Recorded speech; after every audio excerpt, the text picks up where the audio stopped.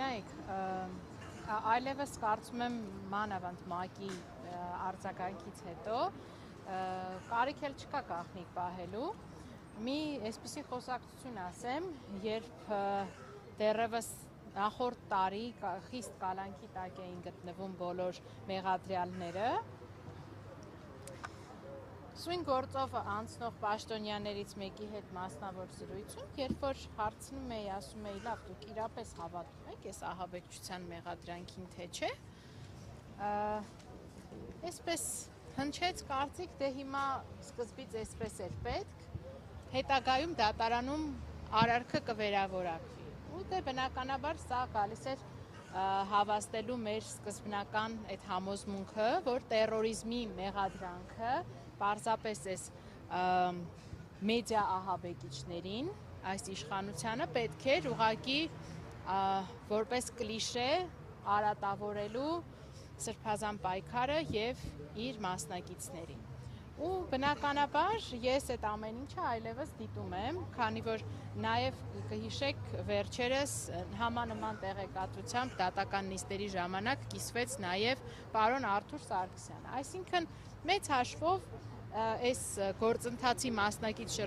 շրջանակների որևէ մասնակցի համար համոզմունքի ահաբեկչության հետ գործ չունենք եւ ես էլի եմ համարում, որ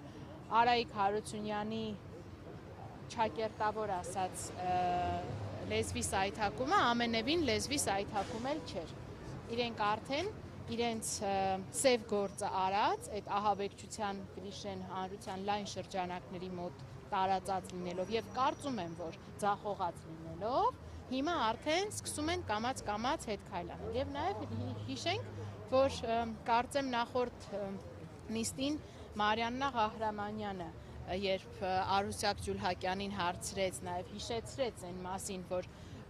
կարծես թե ՄԱԿ-ի անկախ փորձագետները տարակուսած են այս մեղադրանքի հետ, Արուսյակ Ջուլհակյանը այդ ռեմարկը թողեց առանց մեկնաբանության, որևէ մեկնաբանություն չունեն։ Եվ եւս մեկ անգամ արձանագրում եմ, որ այն թմբկահարումները, որ ունեին բասեք, տեսնենք, այդ ով կա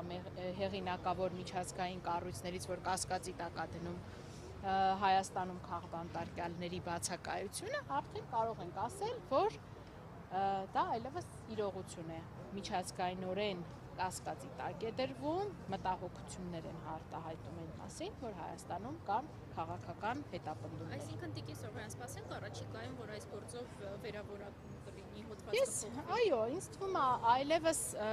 ակնհայտ է, էլի եմ ասել, որ բացառում եմ որևէ իրականություն, նույնիսկ այս աղավաղված դատական համակարգում,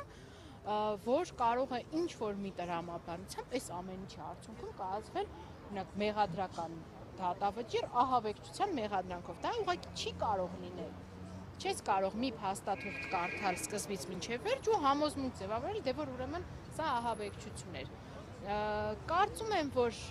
իշխանությունների պլանը այդպիսին է, բայց չգիտեմ, իհարկե շատ անշնորհակալ գործ է կանխատեսումներ անել, որովհետև չես իմանա, թե քաղաքական հայտարարությունները ինչպես կփոփոխվեն։ Եվ այսօր ինչ կարծես թե միջնորդություն ունեք ներկայացնելու Սրբազանի մասով, ինչ միջնորդություն։ Անձնական բնույթի միջնորդություն է, կարծում եմ արդեն խափանման միջոցի հետ կապված փոփոխությունները, իհարկե քննարկում ենք այս ամեն ինչ այս ուշացումները եւ այլն,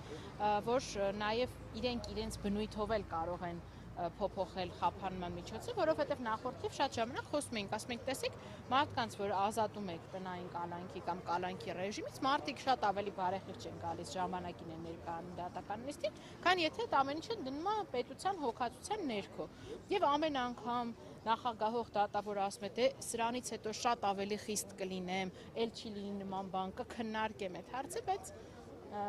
թույլ տվեք այս մասով համոզմունք արտահայտեմ, որ չի լինելու այդ հարցի քննարկումը հենց այդ լուծմամբ։ Իսկ տեսնում ենք ինչպես։ Այսինքն այսօր էլ իրավասում Արմինի կողմից է, որ Սրբազանը։ Այո, դեռևս ինքը պատրաստ է լինում, զանգում է ինձ նիստից 15-20 րոպե առաջ, ասում է, ես այստեղ եմ, դեռևս ոստիկանները չեն եկել։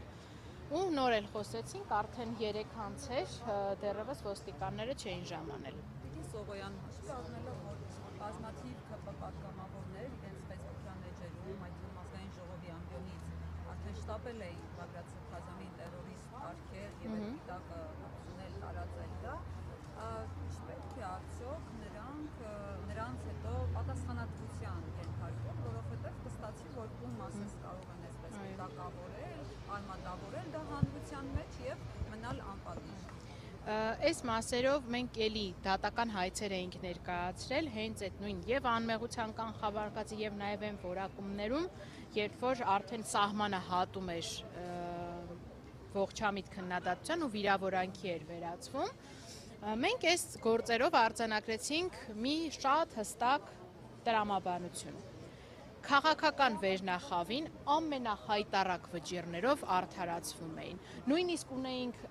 վճիռներ, չգիտեմ, եթե խոսքը վերաբերում է օրինակ նախարարներին, որ ամբողջ վճիռը կարդում ես, քեզ թվում է պետք է բնականաբար հաջորդ միտքը լինի, որ ճանաչել խախտումը, ճանաչել վիրավորանք զրպարտությունը, բայց մեկ էլ եզրափակիչ մասը լինում է հայցը մերժել։ Ու միևնույն ժամանակ, երբ որ խոսքը վերաբերում էր երկրորդ էշելոնի ԿՊԱ-ական քարոզիչներին, նույն օրինակ մերձ իշխանական կամ սատելիտ կազմակերպություններ, օրինակ Անի Խաչատրյան, մյուս, այսինքն Հարություն Մկրտչյան եւ այլն, իրենց դատավորները կաշկանդված չեն համարում այս դեպքում դատապարտել ու նույնիսկ համեմատության մեջ նայում ես կարող է շատ ավելի աբսուրդային բան ասել նախարարը, բայց դատավորը կաշկանդված է այդ ամեն ինչը արձանագրելու եւ հակառակ մոտեցում։ Բնականաբար այս իրանք էլի վիճարկվում են ու այս մասով կարծում եմ, որ մենք լուրջ մշակույթի խնդիր ունենք այլևս, որտեղ աղավաղված է, ես էլի եմ ասում, ամեն մի հիմարության դիմաց կարող են դնել քաղաքական խոսք, ասել, որ սա պաշտպանված է քաղաքական խոսքի սահմաններով ու դառնում է, որ քաղաքական պաշտոնյաները ինչ-որ այդ անասնաֆերմայի մոտիվներով արտոնյալ են եւ իրանք կարող են ամեն մի հիմարություն, ամեն մի զարհուրելի բան, որ կարծես թե օրինակ ծառային հանրության համար իրենք ասեն մարդկանց զրպարտեն, վիրավորեն, վարկաբեկեն, անմեղության կանխավարկածը ոտնատակ տան, իրենց դա կարելի է քաղաքական խոսքի շրջանակներում, իսկ մյուս մարդկանց հասարակ քաղաքացիներին դա չի վերաբերում։ Բնականաբար սա եւս մենք բարձրաձայնելու ենք, սա եւս հանգամանք էր, որը ՄԱԿ-ի փորձագետների կողմից ուշադրության էր արժանացել, ասում են դուք ո՞նց եք անմեղության կանխավարկածը խախտելով վարչապետի աշխատակազմի տեղակալից սկսած մինչև նախարարներ, սրա վերաբերյալ վերջնական մեղավորության հաստատմամբ հայտարարություններ էին տարածել ու նաև չմոռանանք նաև ազգային ժողովի հայտարարությունը, որը հայտարարություն է իրավական պետության հանդեպ, այդպես մեծագույն անարգանք է անմեղության կանխավարկածի ինստիտուտի նկատմամբ։ Կարծում եմ նաև նպատակահարմար կլինի քննարկել առհասարակ այս նոր գումարման ազգային ժողովը հետ կանչի այդ հայտարարությունը, այդ հայտարարության էությունը։ Իսկ Արեգնազ Մանուկյանի կներես, իսկ Արեգնազ Մանուկյանի վերաբերյալ գործով ինչ զարգացումներ կան, նաև խափանման միջոցի վերաբերյալ երեխայի տեսակցության առումով։ Արեգնազ Մանուկյանի վերաբերյալ գործի զարգացումները ամենատարօրինակն են, որ ես երբևէ ունեցել եմ իմ պրակտիկայում, որովհետև թվում է, թե նույն իրականությունն է, օրինակ նայեք, նույն գործի շրջանակներն են, դեռ պարոն Թևանյանի մեղադրանքը ավելի ծանր է եւ այլն, նույն գաղտնիության ռեժիմն է։ Չգիտես ինչու պարոն Թևանյանի պարագայում նորմալ է դատավարական ընթացակարգերը անցնում են, մենք ամսի հունիսի 20-ից մուտքագրված բողոքը դեռևս մակագրվել է միայն օգոստոսի 5-ին, լավ, մակագրվել է,